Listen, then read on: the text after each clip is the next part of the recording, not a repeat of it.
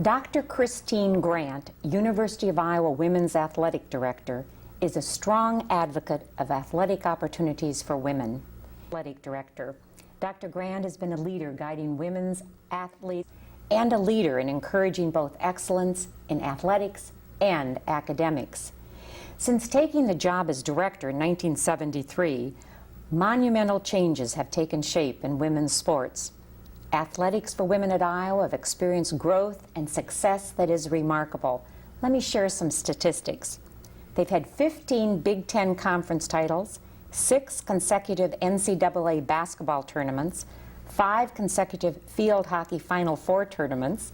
In 1986, there was an NCAA championship in field hockey, 66 All-Americans, 3 National Coaches of the Year, and 9 All-Big Ten Coaches of the Year.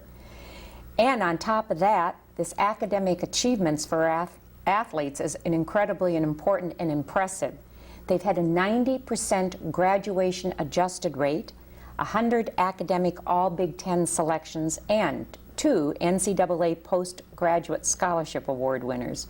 Quite a record. Christine Grant has received innumerable awards. She was named to the World's Who's Who for Women in Education in 1977. In 80, she was the Olympic Games judge in field hockey. 88, she received a Presidential Award for outstanding contributions to girls and women in sport. And last year, the University of Iowa honored her by naming the field hockey space Grant Field. She has served as president of the National Association of Collegiate Women Athletic Administrators and the Association for Intercollegiate Athletics for Women. And it's my privilege to have you on Tell Me Your Story. Thank you very much. Your story begins in Bo'ness, Scotland, where you were born in May 1936. Did you play sport as a youngster? Oh, yes. My life, almost as far back as I can remember, has been associated with sport. It's been probably the most significant thing in my life. I started playing netball, which is really like 6-player basketball. You remember that? No, I don't. And then I also played field hockey and continued field hockey right up until I was an adult. Did your parents encourage this sport? Yes, they did. They did. They were very supportive of my participation in sport. Now, you told me before the interview you have 2 brothers. Were they into sports like you?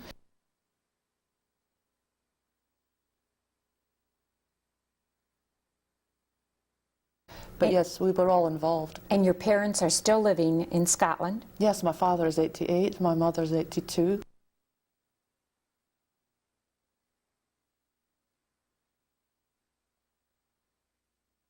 What made you leave Scotland and go to Canada? Well, the short version of that story is I was going to go to Germany. That's where my brother was. He was in the army, the Royal Scots. And I loved Germany. But the Berlin crisis happened in 1960, and I was a little bit apprehensive about going. Meanwhile, I had met the Canadian field hockey team when they visited Scotland and made friends there, so I decided rather than going to Germany, I'd go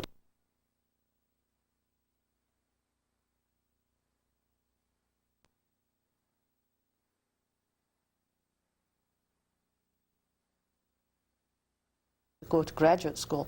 And so I visited a few universities and picked the University of Iowa. And I fully intended to go back to Canada, but I never did get back. So you were coaching in Canada, yes, and then you came to Iowa because you got a degree in PE in Scotland, yes, I correct? did. And so you were back, you were in Iowa.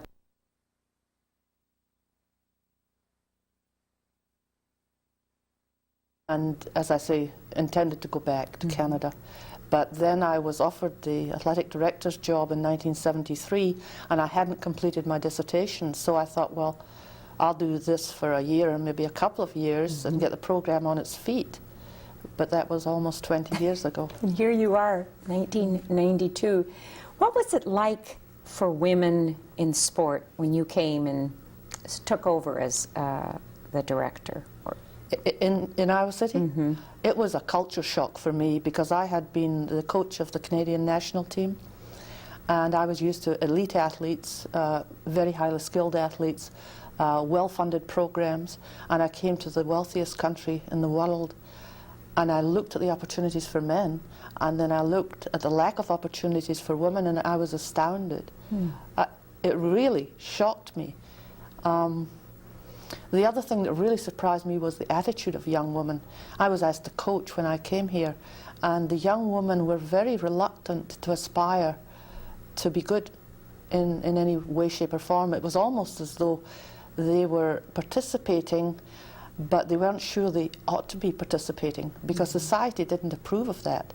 So it was very different for me going from Olympic level coaching to the attitude toward women in sport in this country. Well, what made you hang in there? I was angry. I was really angry because there was such a disparity in how we were treating our young men and our young women. And I just thought that if enough of us really pushed and really tried to bring to the attention of the university that this wasn't right, that we could make differences. What could women do and not do in sport when you came? Well, there were some sports that were acceptable. Tennis was acceptable, golf was acceptable, and that was pretty much it. And even then, women were not expected to sweat at all. You know, at the most you glowed. Well, you know, you can't aspire to be great and just glow. So we had to have a real attitude change. Could the girls use the pool?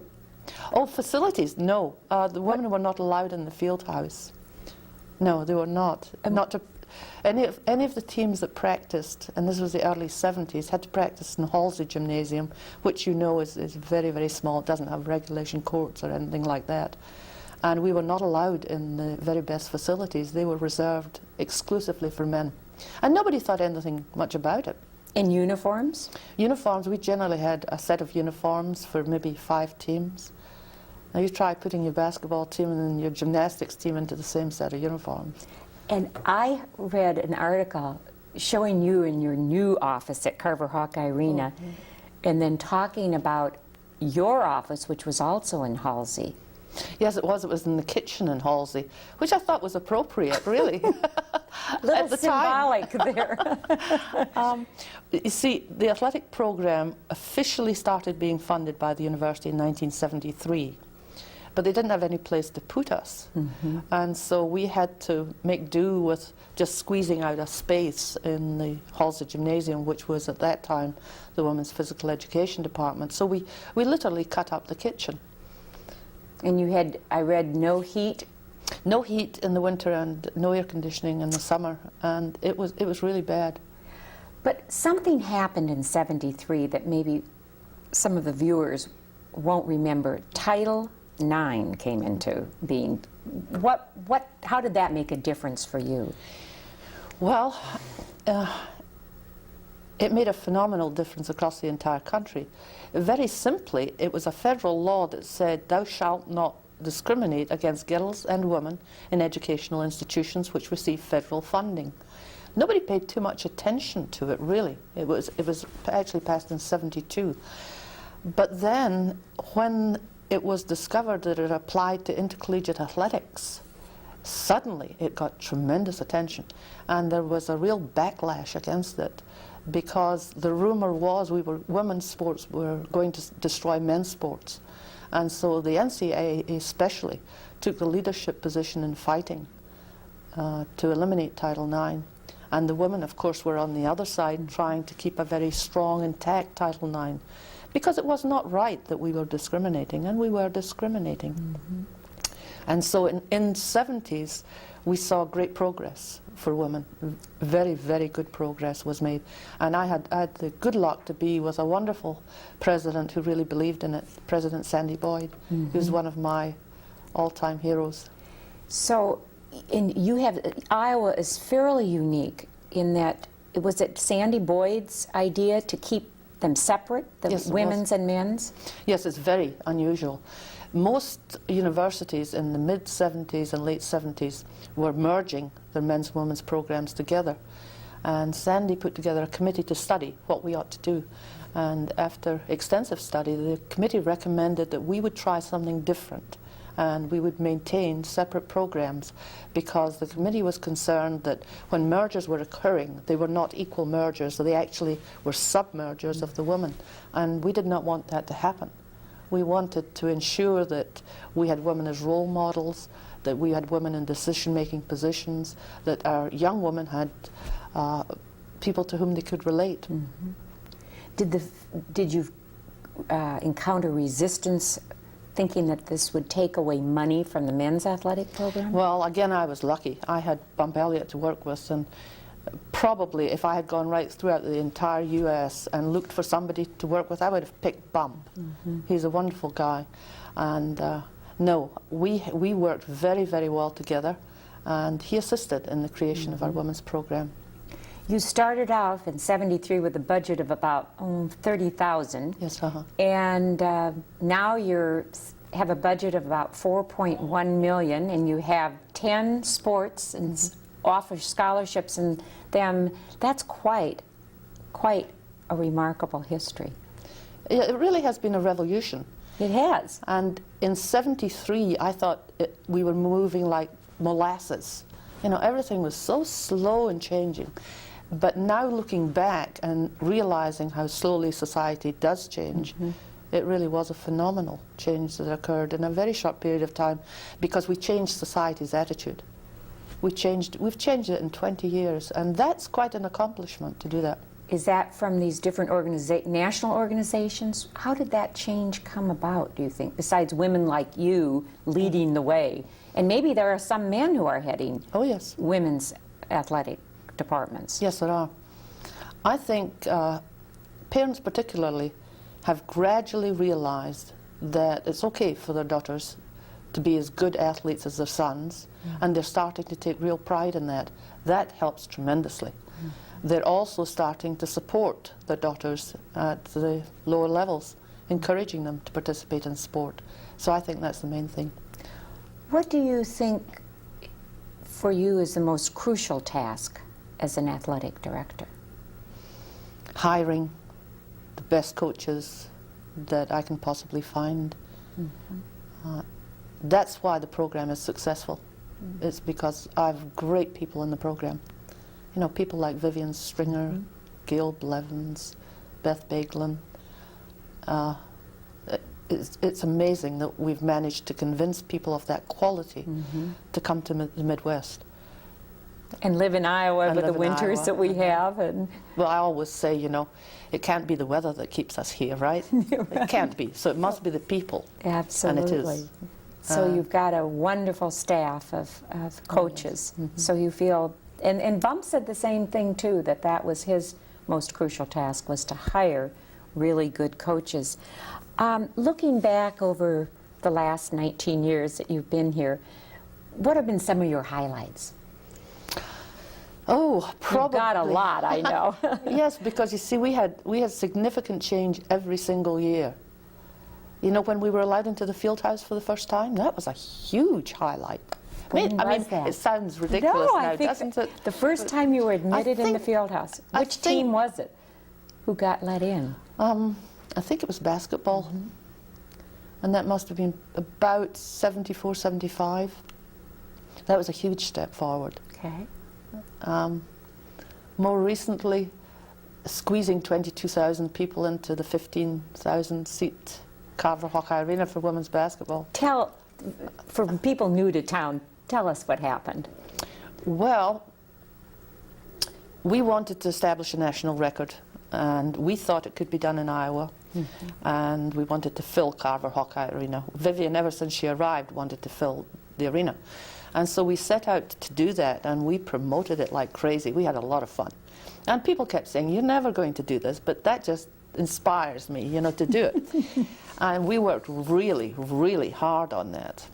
And the people, for some reason, just really responded.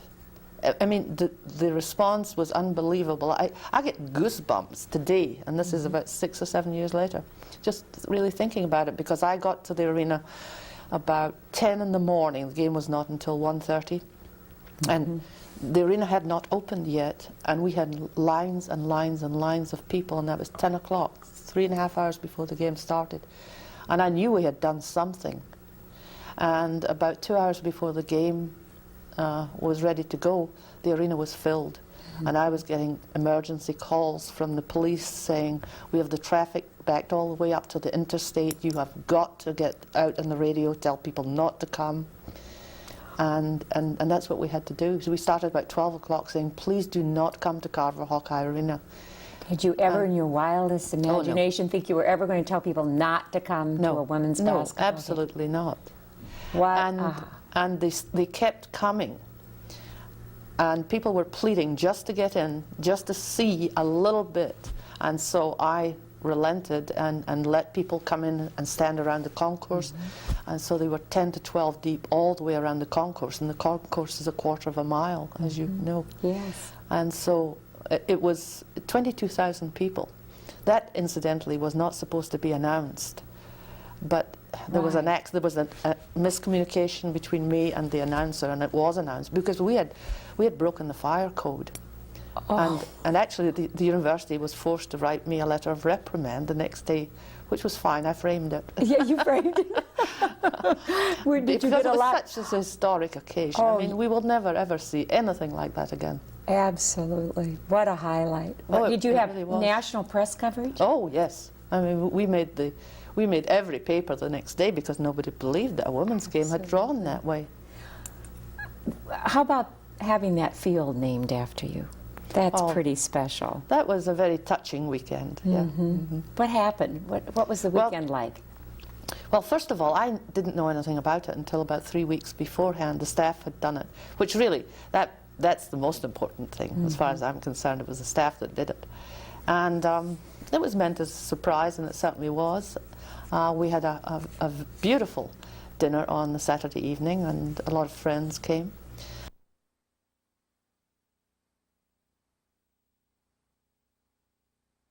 Is that when you found out? Or when did you find out that they were? No, it was about 3 weeks before the event when they eventually told me that it was going to happen. So it was special. Congratulations. Looking, every job has frustrations. What have been some of yours that... As I say, I thought the progress was going too slowly for so many years. But I was just impatient, I think, you know. That and convincing people very early on that sport for women was really as good as sport for men. They didn't believe that, you know, because women in this country have not been given the opportunity to excel in the same way in sport. Not only do your athletes excel on the field, and they also excel in the classroom, which is very admirable. What have you done? I've hired people who think that's important. You know, because if you've got coaches who honestly don't think academics are important, the students will very quickly learn that. And then their behavior is geared accordingly. But if you've got coaches who honestly believe that and who are willing to say, unless you put your academics first, you're not going to participate in athletics. That's what you've really got to do that. It sounds harsh, but it's not, because in the long run, an athletic career is a very short career. For most women, actually, it's over after college, you know, and then their education has got to last them the rest of their lives. So I try to stress that with them. I bet the parents just love you for that. Good. Part of your job is teaching and advising the graduate program, and I read a quote of yours in the Daily Iowan, and you stated, quote, "I think teaching keeps things in perspective. It really does." Want to comment on that? Yes. Intercollegiate athletic programs at some universities are so far apart from the universities that it's not surprising that coaches somehow lose track with what the university is all about. The university is all about education, you know. And because I teach and our coaches teach, we are constantly reminded about the primary mission of this university. And it also keeps me and our coaches very much in tune with the demands that are placed on a student as a student. You know, the fact you've got midterms, you've got finals. These are stressful times, and they're stressful times for the teacher as well sometimes. So it's a constant reminder. You mentioned how much support you got from Bump Elliott, the former men's athletic director. You also got some support from some men coaches. You told me before the interview that was quite unusual across the nation, that when you needed some help that they came on and did some commercials for you. Yes, George Raveling used to be our men's basketball coach, and he was a great supporter of women's athletics, still is. But when he was here, he volunteered to make a promotional advertisement for us for television, and we were the first university in the country where we had a major men's coach actually promote women's sports. It went over tremendously well. That was actually one of the reasons we filled the arena with the 22,000. And then Hayden volunteered, and he was the first football coach to ever do that. So universities have emulated what we've done, and done successfully, because we had good people who were willing to do that kind of trend-setting thing. Yes, it shows that they're enlightened people. Yes, too. it is. It does. You said that it's unusual for athletic departments to be separated from men and women. How many do you think across the country have this? In Division 1, there are only 7 of us left. Oh, in and the where country. do you remember what are? Well, the top 3, I think this is really interesting. The top 3 in basketball attendance for the last 7 or 8 years have been Texas, Tennessee, and Iowa. And we're always 1, 2, or 3. All 3 are separate. That cannot be a coincidence, I don't think.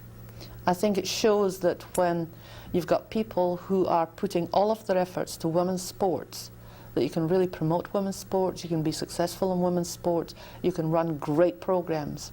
You just have to have the people who want to do that. Now, when you force 2 programs together, men's and women's, sometimes the women get submerged and nobody pays too much attention to them. And it's hardly surprising then that very few of the public, support them by either by finances or by showing up at their games. You've got to be proactive in this, You've got to be enthusiastic and believe in what it is you're doing. And I think when the women's programs that I know are separate, they've got women in the positions who do all of these things. Looking back, what person or event had a major influence on you, Dr. Grant? Well, so many. So you mentioned Sandy Boyd was one of your heroes, I thought. When I was very young, my physical education teacher actually was quite influential, and that was why I went into physical education. I respected her tremendously. My parents were tremendously influential. When I've been here, Dr. Scott was the head of department, and she was very much in favour of pushing for equity and equality, and she influenced me. She was my advisor.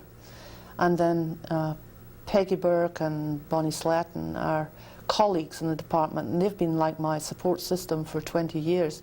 When times were tough, they've been tremendously influential in building the program.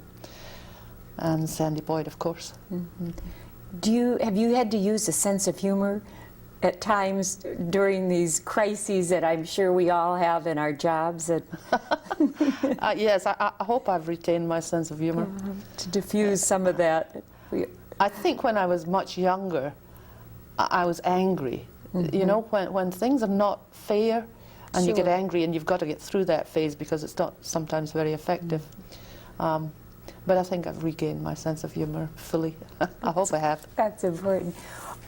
What do you consider your greatest asset as an administrator and leader? Probably my enthusiasm and my optimism. I mean, I'm pretty naive sometimes. I always believe that whatever it is that I'm going to do, I'm going to do it. And I work hard in order to try to do it. When you're not teaching or administrating or leading or guiding these young students, what do you do to relax and kind of kick back? Well, I live in the country for a start. I live on Colville Lake.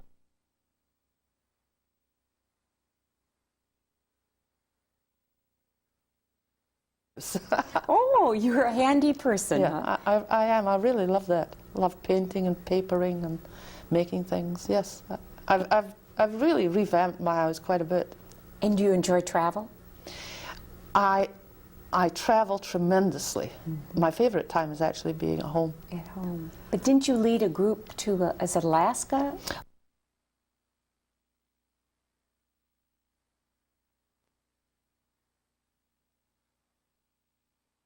When I first arrived in Canada.